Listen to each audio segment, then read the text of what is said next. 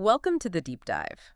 Today we're digging into a watch collection that, well, really seems to have caught lightning in a bottle. hmm The Tissot PRX. Oh, absolutely. Its revival back in 2021, bringing back that integrated bracelet look at a price point that just worked. It's become, I think it's fair to say, one of the most influential watches of the 2020s already. It really has. It's more than just popular, it's Yeah. kind of a phenomenon.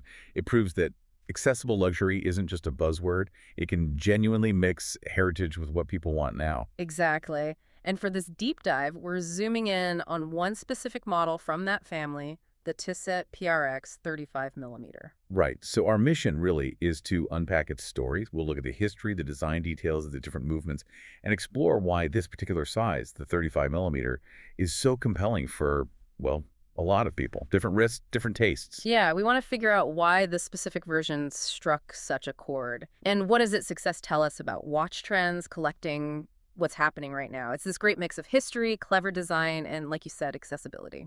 And we'll try to connect those dots for you. Yeah. Show not just what the watch is, but maybe why it matters in the bigger picture of watch design, how things evolve. Okay, so let's kick off with a modern revival. The PRX line just exploded onto the scene in 2021. It brought back that late 70s Tissot Seastar design from, almost obscurity. And that initial spark came from the quartz models, right? Which was smart, kept the price really attractive. Super attractive. But they didn't just stop there, did they? No, not at all. They pretty quickly followed up with the automatic versions of Powermatic 80s, and this was key. They somehow kept those under the $1,000 mark. Which is amazing for a Swiss automatic with that kind of design. It really was. Getting a proper mechanical movement in an integrated bracelet watch at that price, it was a bit of a masterstroke, really. And since then, it feels like they've just kept expanding. Different sizes, different functions, colors. Oh, the colors. Yeah. Pretty much everything. And they've kept that competitive price point throughout, which is honestly pretty remarkable given how much they've added. It feels safe to call it one of the most influential watches of the decade. Definitely. And what's interesting is how they've kept that momentum going. It's not just throwing things out there.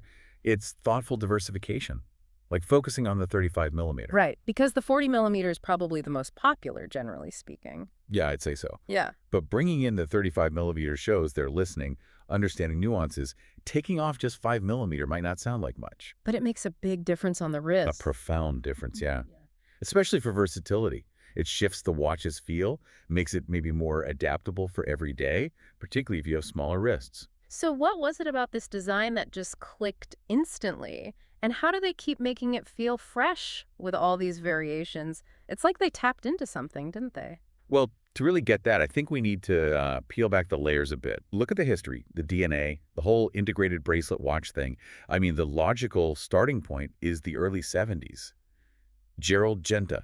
Right, the legend. We're talking the Royal Oak in 72. Which was a shock at the time. Totally. A radical design. Yeah. Then the Nautilus in 76, the IWC Engineer SL. These watches basically rewrote the rules for luxury sports watches. Exactly. And as that initial maybe skepticism faded and the trend caught on, other brands started experimenting. Tissot's own entry came a bit later, towards the end of the decade. 1978, the Tissot Seastar. That's the direct ancestor of today's PRX. And its release was influenced by two big things happening then. Yeah, exactly. You had this growing integrated bracelet trend, and you had the quartz crisis hitting Switzerland hard. The influx of cheaper, accurate quartz watches from Japan really sent the Swiss industry into a tailspin. So the Seastar was kind of born from that specific moment. It was a perfect amalgamation of its era. Yeah. Innovative case design, that bracelet flowing right from the case, not just tacked on. But despite being, well, kind of cool and fitting the trend, it didn't last long. Discontinued around 1980. Yeah, short shelf life. Ended up back in the design vault, which makes you wonder. Was it just ahead of its time? I think that's a fair assessment. Maybe the watch-buying public just wasn't quite ready for that kind of boldness back then. Yeah. It needed the right moment, and, well, apparently now is the moment. It's fascinating how those past trends and huge industry shifts directly shape what's popular today. It's not just about looks, is it? It's about timing, context. Precisely. And the modern PRX line, especially this 35mm we're focusing on, it really brings those core design elements back faithfully. It's almost identical to the late 70s blueprint in spirit. But obviously with modern updates. Of course, the materials, the finishing, the way it's built, that's all advanced. But the key things are there.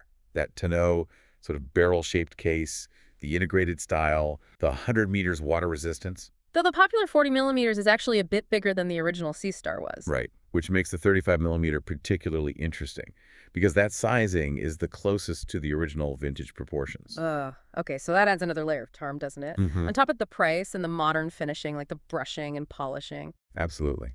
And speaking of finishing, the modern techniques really do make it pop. One thing people notice about the PRX, both sizes really, is that it tends to wear a little larger than the diameter might suggest. Why is that? It's partly the relatively short lugs, but combined with quite a lot of dial real estate. Just has presence. So for smaller wrists, that 35 millimeter probably hits the sweet spot, captures the sporty feel without being overwhelming. Exactly. It avoids feeling too bulky, which can sometimes happen with integrated designs. It just sits right for many people. And it's interesting, the 35 millimeter is now technically the mid-size PRX, right? Because they brought out that even smaller 25 millimeter. Yeah, the micro mini version they call it. Though, importantly, that one's currently only available with a quartz movement. Okay. So if you want mechanical in a smaller PRX, the 35 millimeter is your option. It is. Which really makes you think, doesn't it? What are those little design choices, the proportions, that make a watch feel just right on your wrist? It's more than just the numbers. Definitely. Okay, let's talk dials and movements for the 35 millimeter. Versatility seems to be the name of the game across the whole PRX line here. Oh, absolutely. The range of dial options is huge. You've got mother of pearl, different brushing finishes, sparkly diamond indices. And colors. Pretty much every color you could want. Right. Now, there is a sort of rule of thumb with the dials and movements, which is kind of interesting. Oh, yeah. Generally, those textured waffle pattern dials, they're reserved for the Powermatic 80 automatic models. Okay, so waffle means automatic. Got it. Mostly. Though some non-waffle dials, like maybe some two-tone ones or the diamond set ones, also get the Powermatic 80. So it's more like if it feels a bit more special or elevated. Exactly. Tissot seems to put in a movement to match that perceived value. It's quite clever, actually. Yeah, makes sense. And the overall dial layout, it keeps things pretty clean, right? Very clean. Signature simplicity and legibility. You've got the stick hour markers, usually with super luminova. That's the stuff that glows in the dark. A date window at 3 o'clock, which is practical. And minimal branding, just the Tissot name up top at 12 and the PRX logo down at 6. Keeps it balanced. So for the 35 millimeter, you've got that choice. Yeah. Quartz or the Powermatic 80 automatic. Yep. And there are good reasons for both. Quartz gives you that ease of use, grab-and-go convenience, and it's about half the price. Makes it a great sort of beater or worry-free option. But the Powermatic 80, that's a pretty serious movement for the price, isn't it? It really is. It's genuinely one of the most cost-effective automatic movements out there. That 80-hour power reserve is fantastic, means you can take it off Friday and it's still running Monday morning. Nice. And it has the Nivicron balance hairspring. That adds extra reliability, better accuracy, and crucially, more resistance to magnetism, which is everywhere these days with phones and laptops. So stepping back a bit, the PRX line, especially the automatic at under, say, $800, it's a fantastic way in for people curious about mechanical watches, isn't it? Oh, absolutely. An incredible entry point. An automatic Swiss integrated bracelet watch at that price. Highly, highly competitive. Great value. So how do these details, the dial finish, the movement choice, how do they actually impact the experience for someone wearing it day to day and the perceived value? It's got to be more than just specs. Well, hugely. It affects how you connect with the watch, the satisfaction you get. Now, let's talk wearability, and specifically that integrated bracelet. It's funny, while the PRX's whole image is tied to that style, Yeah. the term integrated bracelet is actually a bit of a misnomer with modern construction. Really? How Yeah. so? It looks pretty integrated to me. Visually, yes. But the key difference now is that each bracelet has a quick change strap system built in. Okay, so you can swap it out easily. Exactly, without needing tools. This is part of a bigger trend across the industry, giving you, the owner, way more versatility. You can pop off the steel bracelet and put on a rubber or leather strap in seconds, completely changing the look and feel. It's all about adaptability now. That's a brilliant feature. Makes it much more personal. And comfort-wise, how does the 35 millimeter feel? It carries over that comfort the line is known for. The case is quite flat, but the way the lugs angle down helps the bracelet hug the wrist nicely. And the bracelet tapers. It does, yeah. It tapers smoothly towards the clasp, which also helps with comfort and looks good. And while it obviously comes on the steel bracelet, Tissot offers other compatible straps too, if you want to switch things up. It's just really well thought out how the design translates to actually being comfortable to wear all day. And that strap system really shows what versatility means in practice. It's not just how it looks initially, but how you can make it your own.